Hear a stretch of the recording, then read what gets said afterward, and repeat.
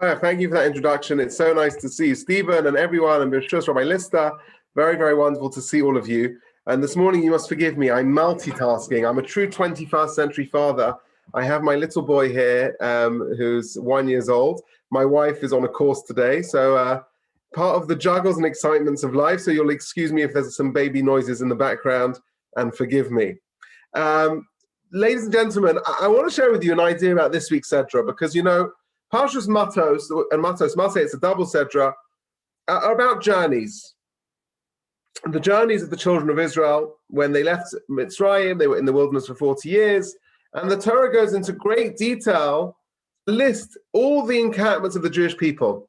In fact, it's a remarkable thing. They end up going on 42 stops, 42 pit stops until they reach the promised land. And the commentators, the Mefarshim, ask a very famous question: why is it necessary to mention every single stop along the way? They seem unnecessary. Why are all these places critical? You know, when you go on holiday, you come home, you say, I went to Eilat, or you say, I went to Bournemouth, or Halavai, we should be able to get to Eilat, right? More like somewhere in England. But you go on holiday, you don't come back and say, well, yes, I stopped off at a petrol station. It was really interesting.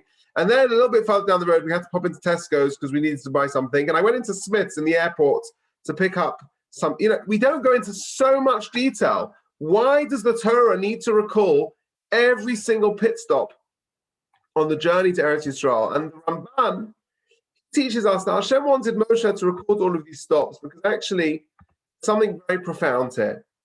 Magen Avraham, who was a very famous rabbi, a Talmudist, he goes as far to say these 42 places allude to the mystical name of Hashem, which has 42 letters, hinting to the idea that every single pit stop along the way, Hashem was with us. Hashem was holding our hands, and he was traveling constantly with us. And regarding this lesson, what's clear is as we go through life, we all have many pit stops along the way. Some of them are more enjoyable, some of them are less enjoyable. Some of them are more positive, some of them are more negative. But regardless of the stops that we make, we need to understand that this metaphor for life as well, you know, you imagine somebody is born, they're born at a certain station where their journey begins, and people go on and they get off at different stations, they get back on. Some travel first class, some travel in coach. Some people's journeys are longer, some people's journeys are shorter. But nevertheless, we won't learn from the Torah, etc. Hashem is with us every single stop along the way, whether you can see it or whether you can't see it. And that's fundamental. We need to remember that Hashem is with us on the journey. And I think, you know, this message is so apropos of the time we find ourselves in right now, in terms of the journey that we've all gone on the last 18 months. What a journey that has been, how unpredictable life has been. You know, we would never ever believe, if you would have told you 18 months ago, we'd even be doing this type of thing on Zoom, or the way our lives would have been disrupted. And I think, you know, now as we approach Baruch Hashem, the light at the end of the tunnel, Miras Hashem, the train is emerging from the tunnel. We just need to remember that Hashem was with us in the good times and the bad times, when, you know, when things are going well, when things are not going well. I always find it interesting. We have a concept in Yiddishkeit, Ivdu es Hashem b'simcha, right? Serve Hashem with simcha. Mitzvah gadol liyos b'simcha tomid. It's always a mitzvah to be b'simcha. I know Rabbi Lister's always smiling, right? But how is it possible to always be b'simcha? Someone once asked me, Rabbi, even at a funeral you should be b'simcha? What does that mean? And I think there's a mistake in the translation of the word simcha. We normally translate the word simcha to mean joy. But I think Rabbi Tat says a beautiful idea that simcha goes much deeper than that. The word simcha is a realization that what is happening to you right now is the Ratzon Hashem, is the will of God. If you live your life with an understanding and a knowledge that every single thing that's happening to you is the Ratzon Hashem, there's always this sense of comfort, safety net. Hashem is with you. Hashem is holding your hand. Hashem is with you on the journey. Whether it's a good pit stop, a bad pit stop, a happy or sad time, you've always got Hashem with you. You know, I remember when I was a student at Hasmonean, there was an assembly that was given on the last day of each term by the same Jewish studies teacher. He would get up and give the same address, and he would always end off with the same words. He'd say, remember, boys, you may be on holiday from school, you're not on holiday from God. I don't know if any of you were ex-Hasmonean students remember that line. It was a predictable line, but actually, I don't think many of us fully understood what that meant. As we now embark on our holiday season, and you know, the school holidays, we need to try and consider the journeys and what they're about. They're opportunities. It's not just about reaching the destination. The journey is also just as important. Sometimes in life, we're so focused on the destination, we forget to actually enjoy the journey. And therefore, we need to understand that. And I think also Rashi explains the necessity for all these details. Rashi quotes a medrash with a parable. There's a medrash that says that the king had a son who was very sick. And so the king took his son to a distant place in order to try and cure him. And then when they got home, the father began to list all the places they went to, where they slept, where they caught a cold, where they had a headache. And the Medrash is teaching us that on an individual level, we should be aware of the presence of Hashem in our lives. We are wandering in the desert. There are moments when there's no water, there's no food, there's no meat. We had wars, we had plagues, there was communal fights, and in many ways we were sick. But even when we were sick, the Torah is teaching us that Hashem embraced us. He took us to 42 stops, alluding to the name of Hashem. He was always with us. And I think that's just so important. It reminds that, wherever you are, you're Jewish. Some people have this concept, I'm Jewish when I'm in shul. They have their kippah comes on when they're in shul, or their Jewish light goes on in shul. But actually, Yiddishkeit, Judaism, Shabbos, Kashrus, it's observed everywhere in the world, wherever you are, whatever you're doing. I remember relishing the fun whenever we used to go on holiday with my friends, whether we'd be going on a ski trip or we went backpacking in Thailand. Wherever we were, part of the fun was figuring out how to keep kashrus in these far-long places, how to organize a Friday night meal in the middle of nowhere. And I think that's a really important message for all of us. Some of my finest Shabbos childhood memories are sitting in a hotel room with my parents on Shabbos afternoon, eating cold meat and mustard sandwiches, playing board games, remembering we're Jewish wherever we are, whoever we with, whatever we're doing. That's something from Parshas Matos. Just a few words, if I may, about Parshas Maseh as well. Parshas Maseh always seems to fall during the 3 weeks. And this, of course, is it's a period of mourning.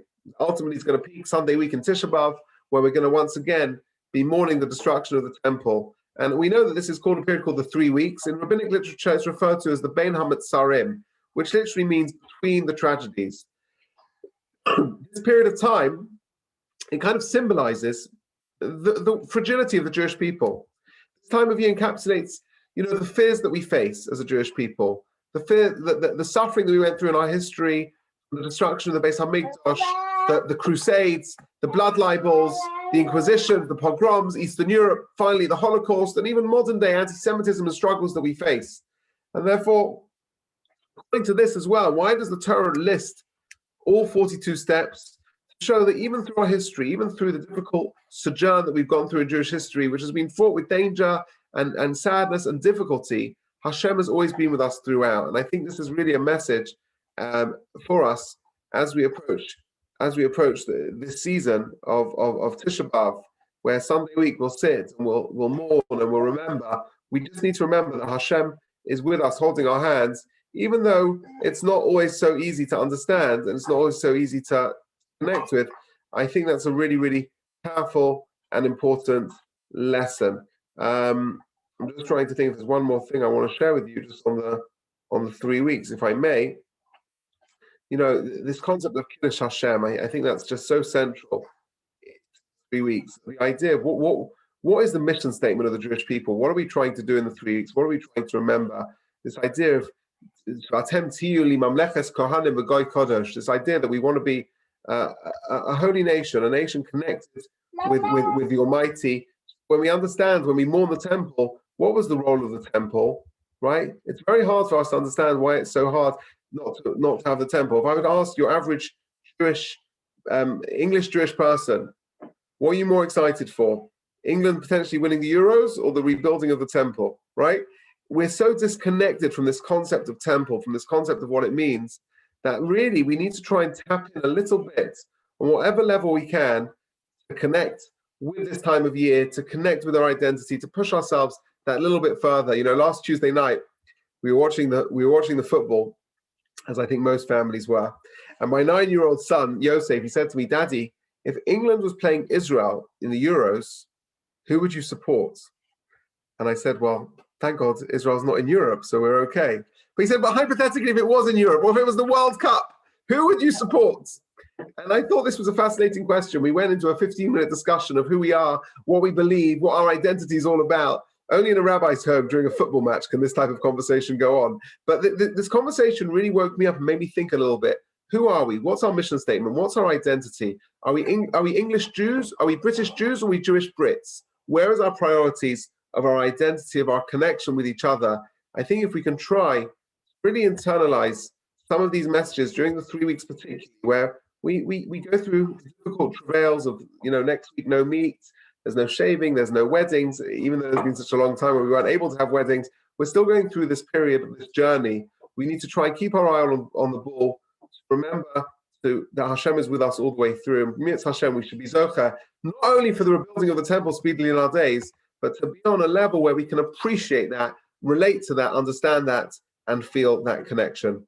Thank you so much for inviting me to speak. Feel free to ask any questions. And I'd like to thank all of you for your good behavior, particularly my son, who was not on mute, but yet he managed to behave very nicely throughout for the most part.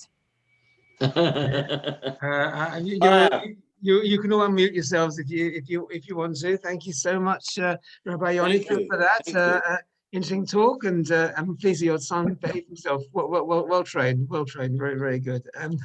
Has anyone got any questions or any comments that they wish to raise? Yeah. Can we see the baby, please? You don't want to see how he looks right now, because I'll be honest with you. Don't tell my wife, but I gave him a little bit of chocolate cake as a way to keep him calm. So he looks like he's just had a lot of chocolate cake. So we managed to get through it, but I don't tell my wife. If this goes on YouTube, we'll have to cut out this bit. Okay, thank you so much, everyone.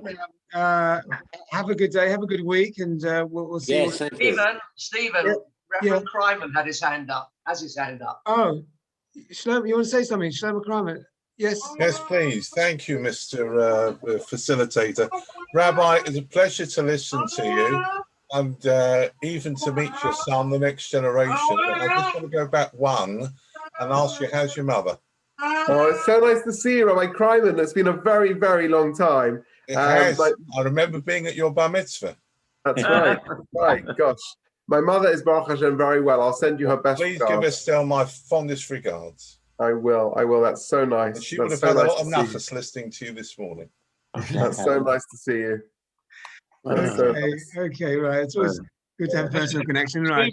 Stephen, yes, yeah. Stephen, one thing I want to put, this number 42, there's a book written about the Hitchhiker's Guide to the Galaxy, and the question goes through, what's the meaning of life?